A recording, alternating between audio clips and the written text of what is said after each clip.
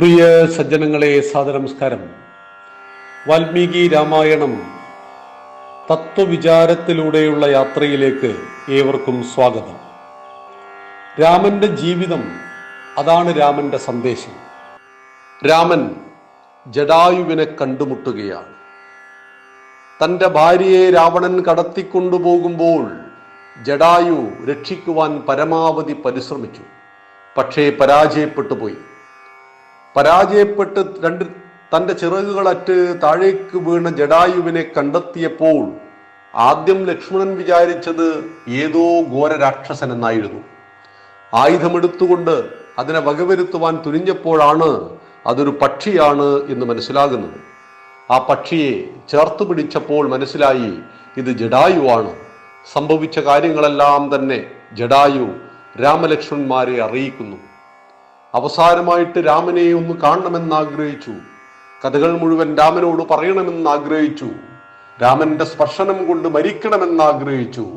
ആ ക്രൂരനായ രാക്ഷസന്റെ വാളുകൾ കൊണ്ട് ഞാൻ താഴേക്ക് പതിച്ചു.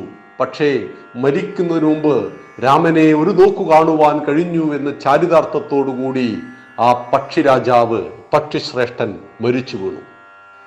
അവിടെയും ഉദാത്തമായ ഒരു സങ്കല്പത്തിലാണ് പിന്നീട് അതിനെ രാമൻ സംസ്കരിക്കുന്നത്. തൻ്റെ പിതാവിൻ്റെ അന്ത്യേഷ്ടി കർമ്മങ്ങൾ ചെയ്യുവാൻ രാമൻ ഭാഗ്യം സിദ്ധിച്ചിട്ടില്ല. രാമൻ കാട്ടിലേക്ക് പോയ ദുഃഖത്താൽ രാമ രാമ എന്ന് പറഞ്ഞുകൊണ്ട് അദ്ദേഹം ഹൃദയാഘാതം മൂലം മരിച്ചു പോവുകയാണ്. ഇവിടെയാണ് ആ പക്ഷിശ്രേഷ്ഠനെ യഥാവിധി സംഹരിക്കുകയാണ്. എങ്ങനെയാണോ ഒരു മനുഷ്യൻ നമ്മുടെ വീട്ടിൽ മരിച്ചാൽ നമ്മൾ സകല കർമ്മങ്ങളെയും ചെയ്തുകൊണ്ട് സംസ്കരിക്കുന്നത്, അഗ്നിപ്രവേശനം ചെയ്യിക്കുന്നത്, അതുപോലെ ജടായുവിൻ്റെ മൃതശരീരത്തെ മരത്തിൻ്റെ മുട്ടിയിൽ വെച്ചുകൊണ്ട് യഥാവിധി എല്ലാ കർമ്മങ്ങളും ചെയ്തുകൊണ്ട്, അന്ത്യേഷ്ടി കർമ്മങ്ങൾ മുഴുവൻ ചെയ്തുകൊണ്ട് രാമൻ അതിനെ വീരോചിതമായി യാത്രയാക്കുന്നു. നോക്കൂ, കേവലം ഒരു പക്ഷിക്കു വേണ്ടിയാണ് രാമൻ ഇത് ചെയ്യുന്നത്. തൻ്റെ ഭാര്യയെ കാണാതെ അലഞ്ഞു തിരിഞ്ഞ് നടക്കുമ്പോഴും കടമകളെ മറന്നുപോകുന്നില്ല രാമൻ. അതാണ് ജീവിതത്തിൽ ഏത് പ്രതിസന്ധി ഘട്ടത്തിലൂടെ കടന്നു പോകുമ്പോഴും കടമകളെ മറന്നു പോകരുത്. ഒരു പട്ടാളക്കാരന് അദ്ദേഹത്തിൻ്റെ ജീവിതത്തിൽ ഒത്തിരി വ്യക്തിപരമായ പ്രശ്നങ്ങൾ ഉണ്ടാകുമ്പോഴും അദ്ദേഹം കടമകളെ മറക്കുന്നില്ല. കടമകളെ മറന്നു പോകുമ്പോൾ അദ്ദേഹത്തിനും രാഷ്ട്രത്തിനും അപകടത്തെ നേരിടുന്നു. ഇവിടെയാണ് രാമനും കടമകളെ മറക്കുന്നില്ല. ആ പക്ഷി എന്തിനു മരിച്ചു വീണു? സ്വതന്ത്രമായിട്ട് അതിനവിടെ ജീവിക്കാമായിരുന്നു. പക്ഷേ നിസ്സഹായായ, താനുമായിട്ട് യാതൊരു ബന്ധവുമില്ലാത്ത ആ സ്ത്രീയെ രക്ഷിക്കുവാനുള്ള പരിശ്രമത്തിനിടയിൽ ക്രൂരരാക്ഷസന്റെ ചന്ദ്രഹാസത്തിന്റെ വെട്ടേറ്റ് ഒരു പക്ഷിയുടെ അടിസ്ഥാന ശക്തിയായ 2 ചിറകുകളെയാണ് രാവണൻ വെട്ടിക്കളയുന്നത്. എത്ര ക്രൂരനാണ് രാവണൻ നോക്കൂ.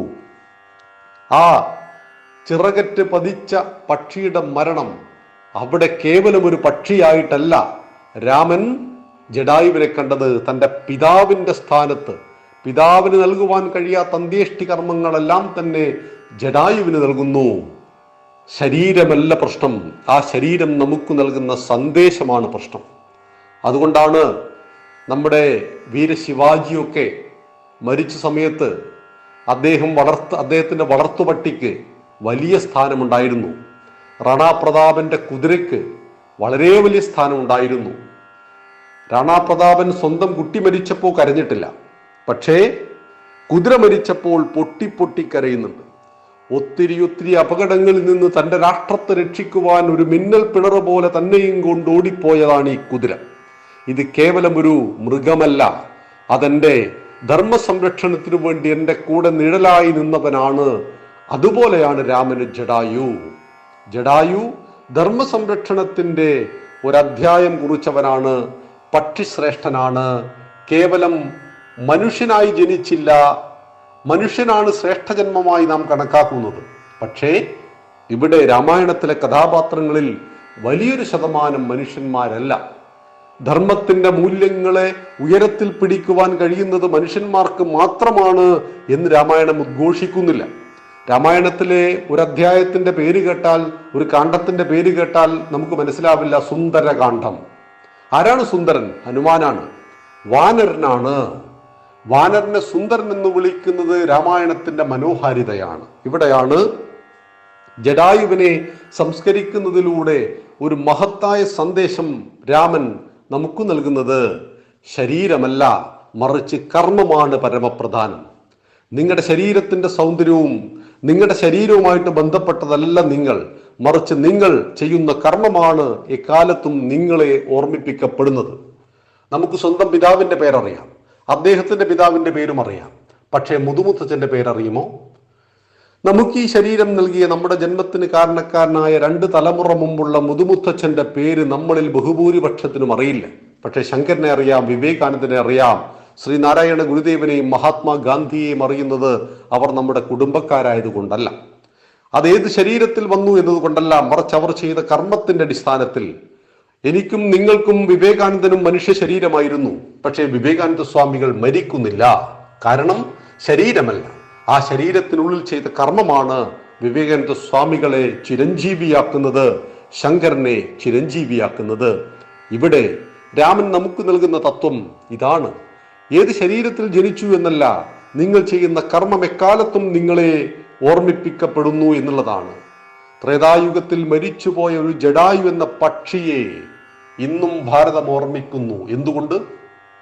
എത്ര കോടിത്തരം പക്ഷികൾ നമ്മുടെ നാട്ടിലുണ്ട്. ഏത് പക്ഷിയാണ് നാം ഓർമ്മിക്കുന്നത്? പക്ഷെ ജടായു എന്ന പക്ഷിയെ നമുക്കറിയാം, ഗരുഡനെ നമുക്കറിയാം, സമ്പാദി എന്ന പക്ഷിയെ അറിയാം. എന്തുകൊണ്ട്? അവരെല്ലാം തന്നെ കേവലം പക്ഷികളായിരുന്നില്ല, മറിച്ച് ഉത്തമമായ കർമ്മ സംസ്കാരത്തെ പക്ഷിയുടെ ശരീരത്തിലും രൂപപ്പെടുത്തിയ മഹാത്മാക്കൾ കൂടിയായിരുന്നു. രാമായണത്തിലെ വലിയൊരു തത്വവിചാരം. മറ്റൊരു തത്വവിചാരം നമുക്ക് നാളെ ചെയ്യാം. നന്ദി, നമസ്കാരം. വന്ദേ മാതരം. ജയ് ശ്രീറാം.